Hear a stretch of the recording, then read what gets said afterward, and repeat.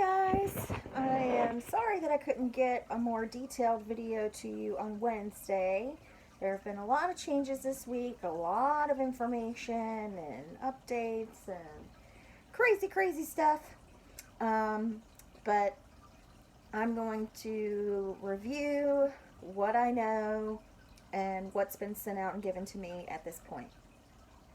So, as of now, all of you should have received an email from me on what you need to do in order to finish out the year. Um, we will be continuing learning, and you will receive a grade for what you do this final 9 weeks. From what I understand and what we've been told at this point, you will receive grades on a pass-fail basis. So if you do the work, you will pass. If you don't do any work, you will fail. And if you fail for the fourth 9 weeks and your grade's not so hot, it's probably not going to be so great for you. So, I encourage all of you to check your emails because some of you have been signed up for Play-Doh and some of you will continue to work on Edmodo. Some of you need to do both. So that email I sent out will detail instructions on what you need to do for my class in order to move forward to the next grade level. Now, I do not want you to start on Play-Doh just yet. I'm getting more information as hour by hour on Play-Doh. Hopefully by Monday you can get started, but I will keep you updated. Now, as far as spring break goes, we are still honoring spring break. You will still receive that break instructional wise. So, as for the work we've done so far, what I have done is I have extended the deadlines for all the quizzes, all the assignments, so you can still submit that work. As long as you submit it before spring break, I am not counting it late. Again, any work that's been posted at this point, as long as you post it before spring break, I will not count it late. A number of you have contacted me with problems with the quiz. If you need me to reset it, please let me know. It is timed. So if you start it and then walk away for an hour and come back, you will be logged out. So start it when you are prepared to sit down and finish it. And do not start it until you have read the entire act. Because it's going to be difficult for you to, switch back and forth and try to read the act while you're doing the quiz. I give you an hour to do these quizzes, and that's, a lot of time. I have posted audio read aloud for those of you who need it. If you have problems loading that, please let me know. Now, let's get into the instruction portion for this week.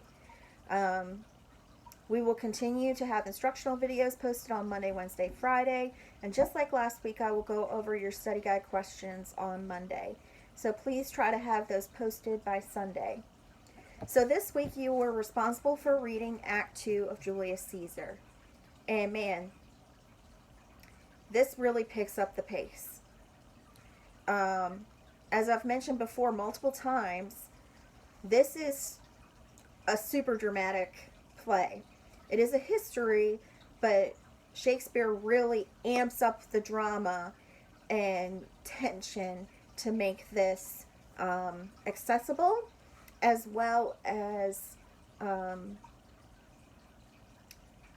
relatable and I can't think of another word other than just super dramatic for his viewers.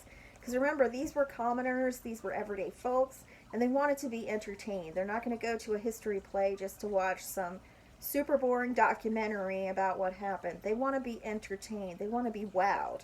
This would be like the Michael Bay version of a documentary, with the special effects and drama and oh my gosh, everything's happening all at once. We've got lions prowling the streets and meteors falling from the sky and men catching on fire and spontaneous combustion happening. There's a lot going on. So in Act 2, we're finally introduced to the conspirators that are going to kill Caesar. The act starts off with Brutus talking to his serving man, Lucius. And he tells Lucius to put a candle in his study. Now in Act 1, we started with Lupercal, which happened on February 15th. We find out that it is now the Ides of March. It is March 15th. So a whole month has passed since that last act. And he tells Lucius to put a candle in his study, and Lucius comes back and he finds a letter in his study. And Brutus says, man, I keep finding these letters. You know, they keep saying for me to speak, strike, fix it, take action, you're sleeping, wake up. He's found a letter every day for the past month asking him to take action because he's noble and honorable, and his ancestors drove Tarquin from the streets of Rome. So he says, "O Rome, I promise you, if you're meant to receive justice, you'll receive it by my hand." He makes this promise. As Lucius is going to put the candle in there, he's talking to himself about Caesar and how conflicted he felt about this, but he finally decided to join in on this because he feels that Caesar is like a serpent's egg, that once it's hatched, it becomes dangerous like all serpents. Like he's never known Caesar to be ruled by his emotions, to let his emotions get the better of his reason, but he's worried that his ambition will cloud his judgment, and that is why he's decided to take him down. So as he's headed to his study, he realizes today is the 15th of March, the Ides of March, and he talks about he hasn't been able to sleep, and some men start knocking on his door. So Cassius is there along with the other conspirators, and the other conspirators are finally named. So we have Cassius, Casca, Decius, Cinna, Metellus, and Trebonius. And they have all plotted that they are going to kill Caesar. They all come up with this plot to bring Caesar to the capital, and they're like, oh, well, how will we make sure he gets there? How do we know he's really going to show up? Should we bring in this person? Should we bring in that person? And the first thing that they talk about is that they shouldn't swear an oath, that their reasons are their own for doing this. They ask if they should bring in Cicero, and they're like, yeah, we should bring him in, totally. And then Brutus is like, no, don't bring him in, he's too old, and if it wasn't his idea, he's not going to follow it, and he'll just totally blow our cover. So we know that all of the senators that are in this plot are young. They're still kind of ambitious in their career, so some of them may not even remember what Rome was like under the kingship of Tarquin. They just remember from their fathers or their grandfathers. So keep that in mind. They also talk about whether they should go after somebody else, like one of Caesar's best friends. They specifically mention Mark Antony. And some of them are like, oh, that's a great point. But Brutus says, no, this will make it seem too bloody. If we cut off Caesar's head and then hack at his arms and torso and legs too, then it'll look like we killed Caesar out of envy or anger. It'll look like we killed Caesar out of anger and Mark Antony out of envy. Let's be sacrificers, but not butchers. We're doing this for a noble cause. Let's not detract away from that. If we kill too many people, then it'll make our actions seem like they weren't worth it. And let's be, respectful about this. Let's carve him up as if he were a sacrifice for the gods rather than a dish fit for the dogs. We need to appear as if we're not being vengeful. We need to be calm, and we need to make sure that the people don't view us as murderers.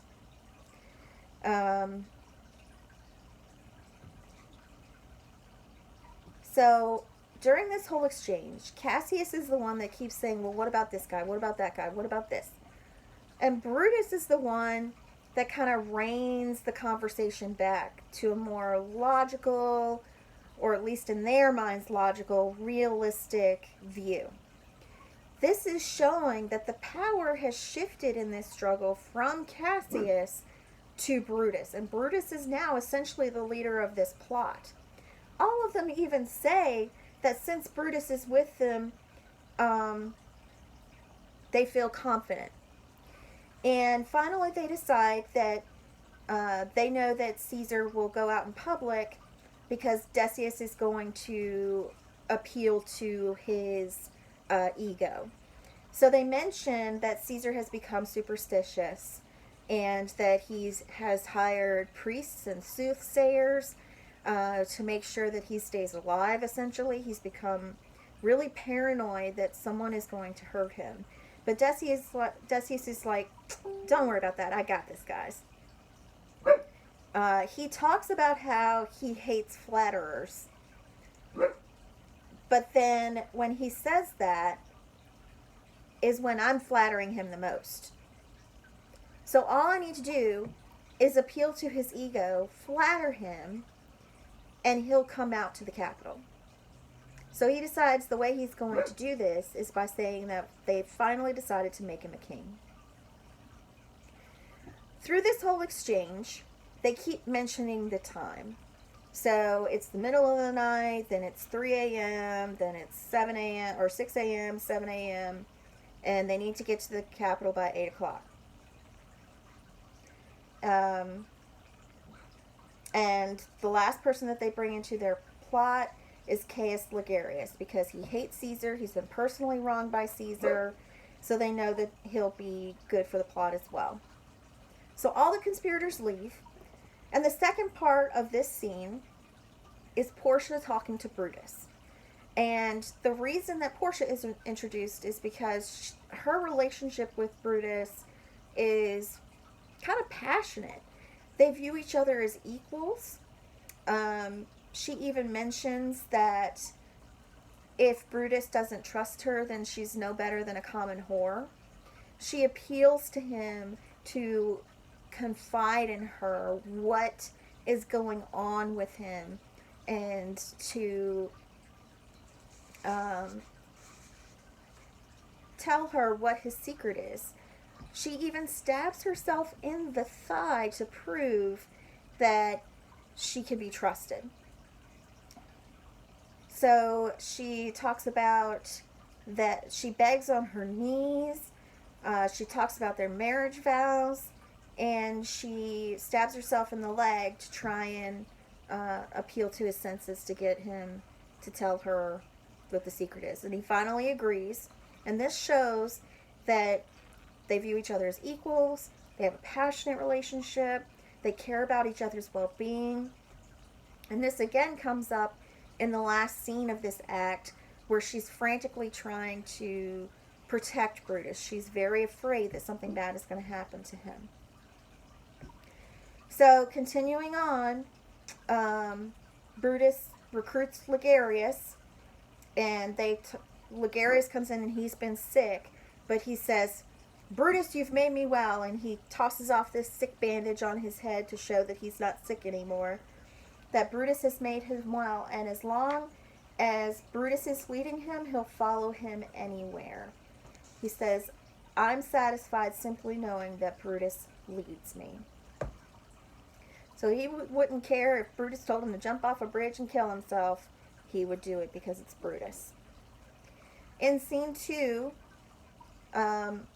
we get to see how this paranoia and superstition has affected Caesar. So Caesar has become superstitious. However, he doesn't want his followers to know that.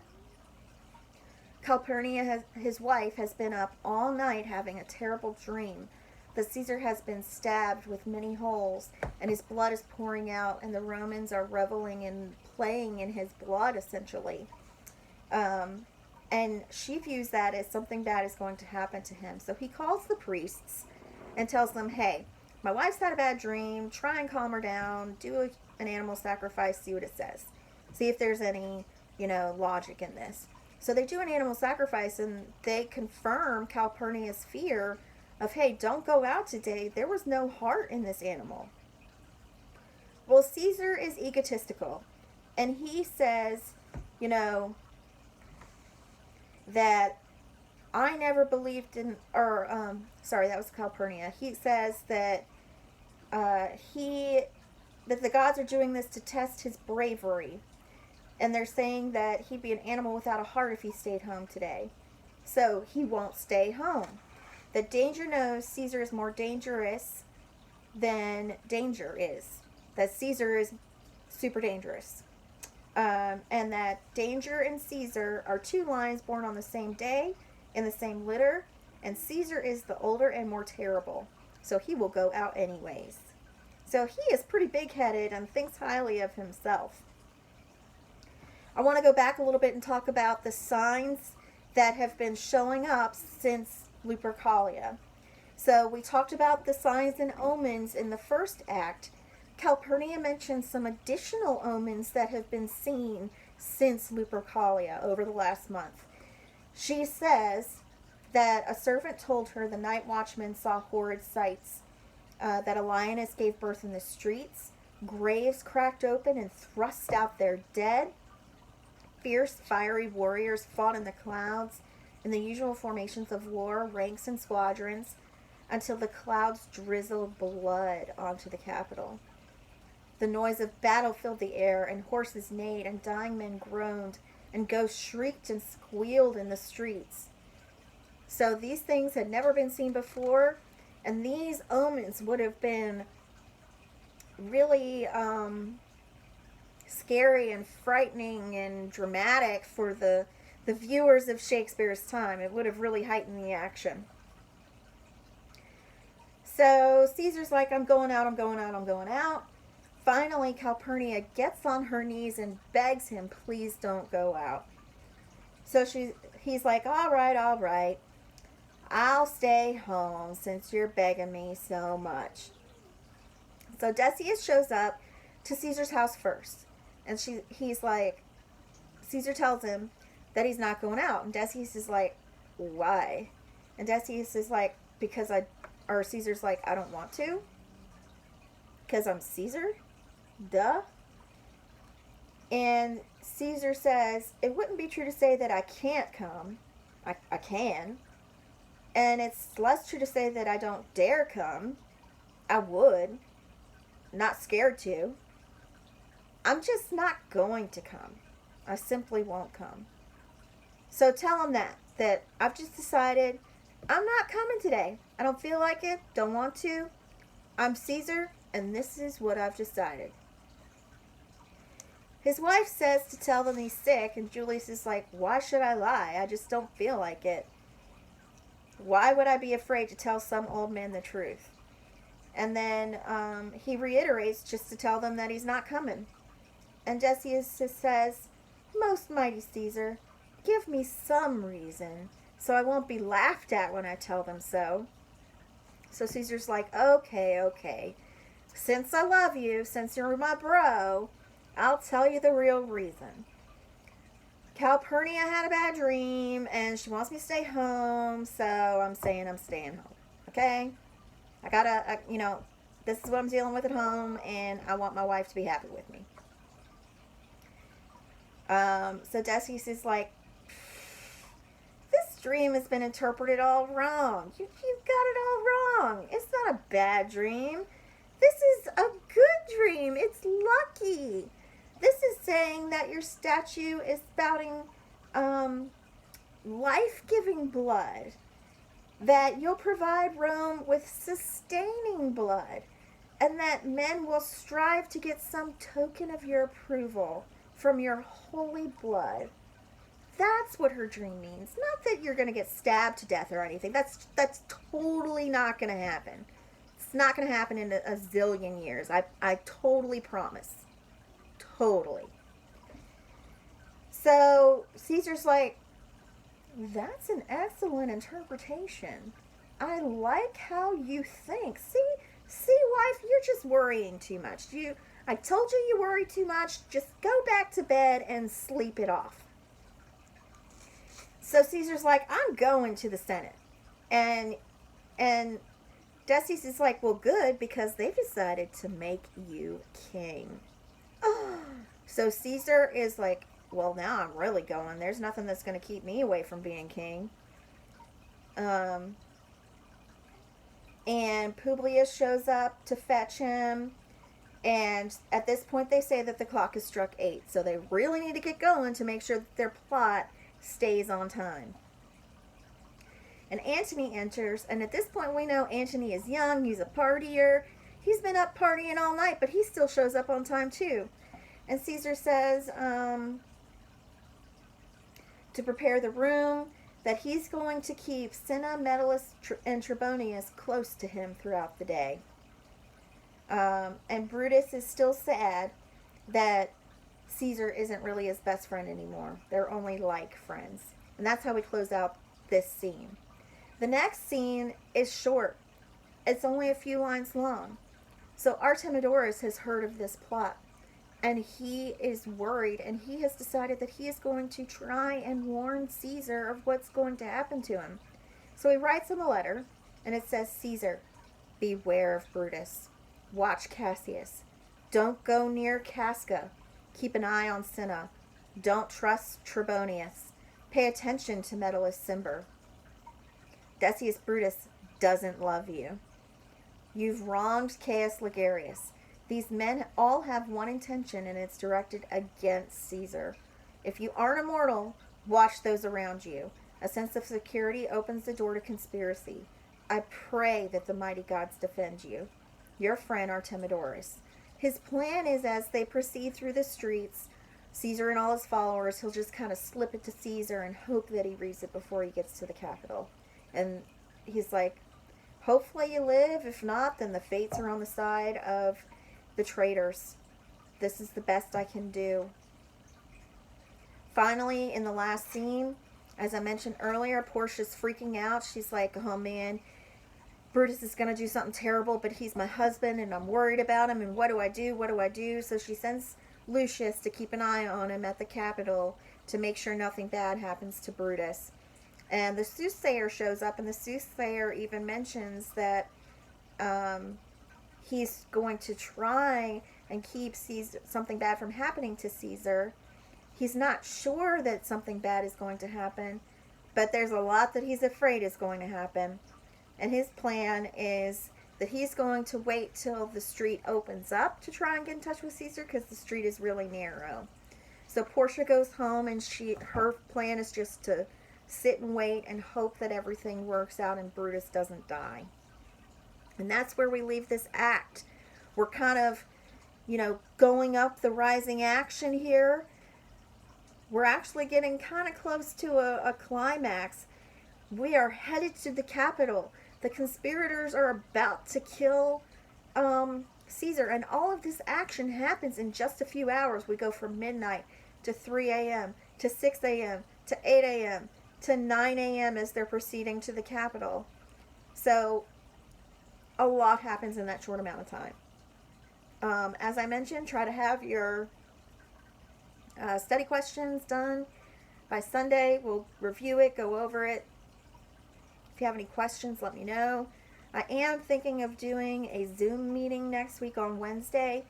It's basically a live chat session so that if you have any questions or concerns, we can talk in real time.